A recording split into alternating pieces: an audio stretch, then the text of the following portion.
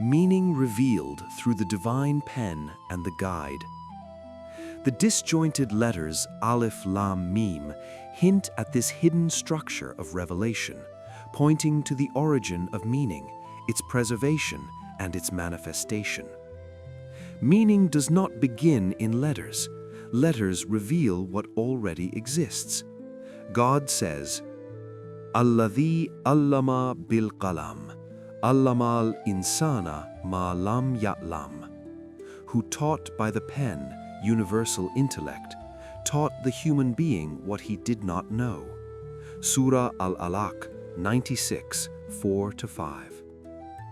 Explanation, however, is never left to chance. The Quran states, Kitabun ukhimat ayatuhu thumma fussilat, a book whose verses are perfected, then explained. Surah Hud 11:1. As the verses of the Quran are perfect, it requires a perfect living knower, so divine meaning remains without distortion, not fragmented nor interpolated. Bismillah ar-Rahman ar-Rahim.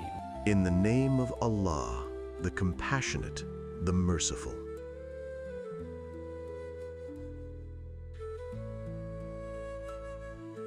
Ya Ali Madad. Karima, today we're reflecting on something that already sounds quite grand, the divine pen and the guide. But after watching this scene, I have to ask, before revelation and sacred verses, why do you always insist we start with everyday life? Can't we go straight to the lofty ideas? Mullah Ali Madad, we could, Kareem, but most people trip before reaching the lofty ideas because they skipped the ground beneath their feet. Guidance works the same way in life as it does in faith. If we don't recognize how guidance functions daily, revelation becomes decoration rather than direction. So you're saying revelation isn't meant to impress us, just to guide us? Exactly. A tool without guidance is useless. A pen full of ink writing randomly produces nothing but scribbles. Knowledge exists everywhere. Books, lectures, screens, but not all of it heals, transforms, or illuminates. That explains why I've read so much and still feel unfinished. Yes. Accumulating knowledge without direction is like collecting medicine and never taking it. Very impressive cupboard, very unhealthy patient.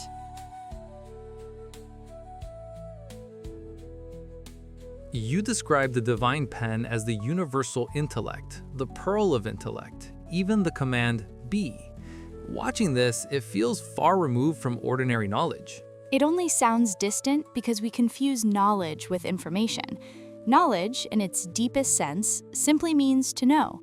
True knowing acts as medicine for spiritual illness and nourishment for the intellect and soul. Food strengthens the body. Spiritual knowledge strengthens the inner being. So knowledge isn't just something we carry in our heads. No. If it stays only in the head, it hasn't yet become knowledge. That is why one of the most beautiful names for knowledge is light.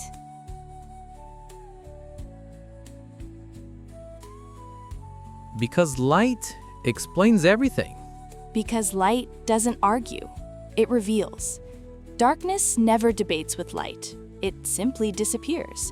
When knowledge illuminates the inner world, realities that were always present become visible. Nothing new arrives. Veils are removed. The words of the Imam are knowledge, which gives true life to the soul and intellect. Let me tell you a parable from Maulana Rumi's wisdom. Rumi tells of a group of people sitting in a dark house, arguing about what lies inside it. One says, "There is a treasure here." Another says, "No, it is empty." A third insists, "I can feel something, but I cannot see." They argue endlessly, each convinced by his own imagination. Then, someone quietly brings a lamp.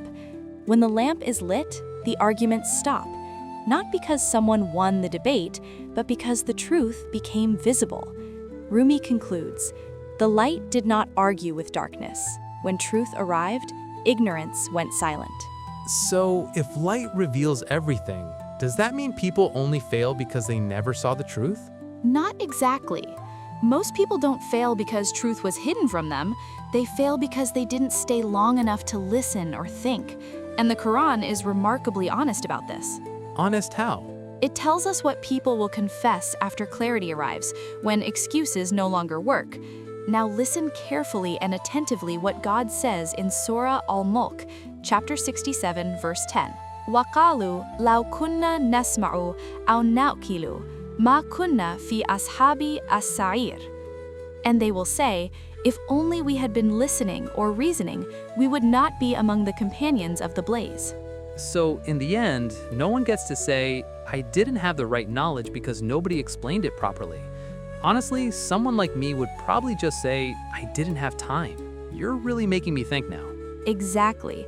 Notice what they don't say. They don't complain about lack of guidance. They don't say the message was unclear, just the intention was not there on their side. They need to admit two very specific failures before it is too late. Which are? Two words stand out like flashing lights in this verse: Nasma and Nakul.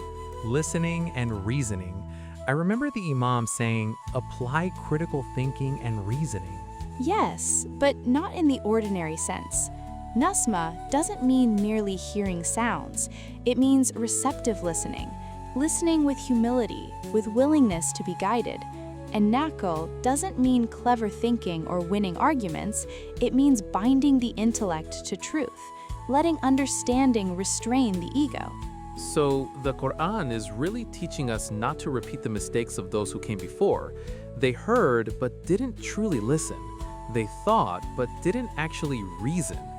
I'm starting to feel a little worried now. Precisely. That's actually a good sign. The light was there, guidance spoke, but without true listening and a disciplined intellect, the light stays outside, untouched. That is why the words of the Imam are called knowledge that gives life. They do not argue with the soul, they awaken it from within.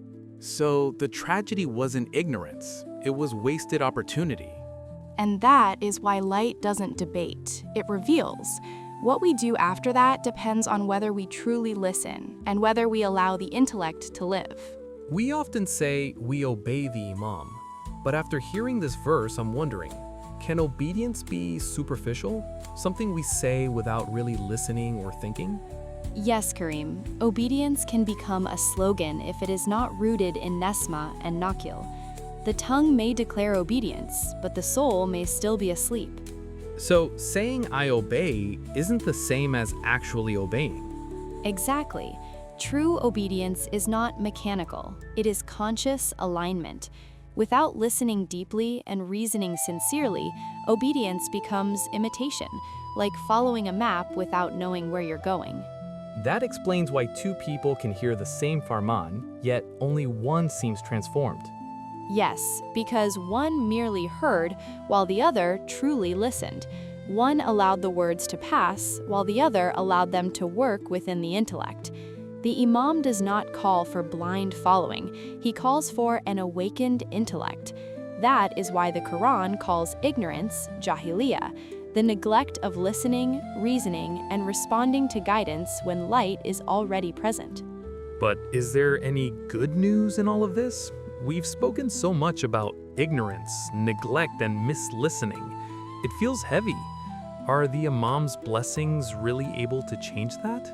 Without any doubt, but only when they are correctly understood. The Imam's blessings are not ordinary words or gestures. The Quran tells us in Surah Al-Ahzab 33:43 that Allah sends salawat upon the believers, and so do His angels, to bring them out of the darknesses into the light. So these blessings are meant to move us out of something and into something. Exactly. Within the salawat are Barakat, the blessings of knowledge and mercy. Knowledge awakens and perfects the intellect, while mercy nurtures and heals the soul. Together, they lift a person out of the darkness of ignorance and confusion into understanding and wisdom. So the Imam's blessings aren't just comforting, they're directional. Yes, their true purpose is luminous guidance. Divine knowledge is given for the intellect and divine mercy for the soul. When both are received together, the believer does not merely feel blessed, he becomes illuminated. So real obedience is not switching off the mind, it's switching it on. Precisely. When obedience is born from understanding through luminous knowledge, it becomes light, and when it is born with negligence, it remains in darkness. Struggle is the meaning of life. Defeat or victory is in the hands of God.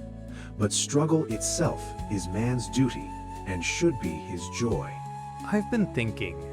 Our 48th Imam said these wisdomful words. Struggle is the meaning of life.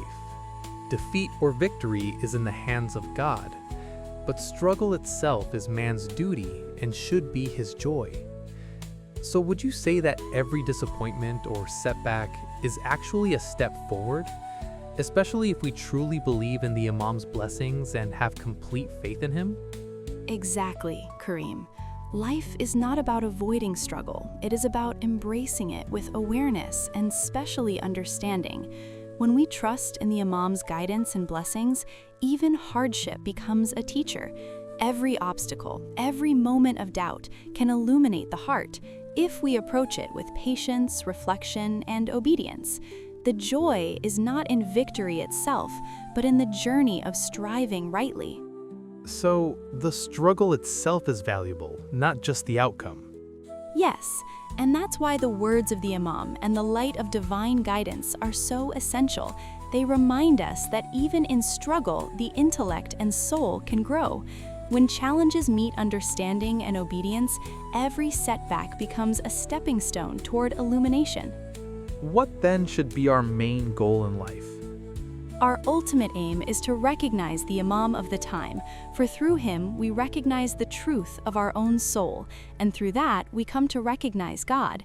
If you study the Imam's farmans carefully, that is the message you will see clearly, and it is his greatest wish for his Jamaat. All else is preparation for this journey, and every step should lead us closer to that light. Final reflection. What we have explored in this reflection is not meant to burden the heart, but to awaken it. The Quran repeatedly reminds us that guidance is not absent from the world. Rather, it is often present but unattended. People hear, yet they do not truly listen. They think, yet they do not reason with discipline. This neglect, known as Jahiliyyah, is not mere lack of information, but a refusal to let light enter the intellect and transform the soul. We learned that divine guidance does not argue with darkness, it illuminates it. When truth arrives, ignorance does not need to be defeated, it falls silent. Transformation occurs not through debate, but through recognition and inner readiness. The Imam's blessings are from his blessed mouth. They are luminous guidance, carrying divine knowledge for the intellect and mercy for the soul. Their purpose is to lead the believer out of the darkness of ignorance into the light of wisdom. When these blessings are received with listening, reasoning, and humility, they become life-giving knowledge. This journey also required us to look inward. What often hurts is not the true self, but the ego, the carnal soul that resists being exposed.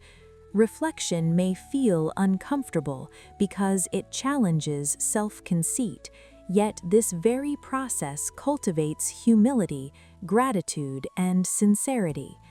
The carnal soul must be confronted again and again, for it revives after every neglect. True obedience is not blind following, it is conscious alignment with guidance, rooted in knowledge, sustained by humility, and directed toward recognition. Recognition of the Imam leads to recognition of the soul, and through the soul to recognition of God. This is the central purpose of faith and the deepest wish for the Jamaat. Finally, we are reminded that life itself is a noble calling. Every struggle, disappointment, and moment of questioning is not a setback, but a step forward when carried with faith in divine guidance. The journey continues, and what matters most is not how much we know, but how deeply we allow the light to work within us. This reflection does not end here. It pauses so that what has been received may settle, take root, and prepare the heart for what comes next. Final message. Let this reflection remain with you. Do not rush to judge yourself or others, for guidance unfolds in stages. What matters is not perfection, but sincerity in the struggle. Every moment of reflection, every question asked with humility is already movement toward light. Remember, ignorance is condemned simply because one has the ability to acquire knowledge but does not make an effort, and because God has already bestowed the gift of intellect and wisdom, and yet one neglects to listen, to reason, and to grow. When this divine gift is ignored, ignorance becomes a choice rather than a condition.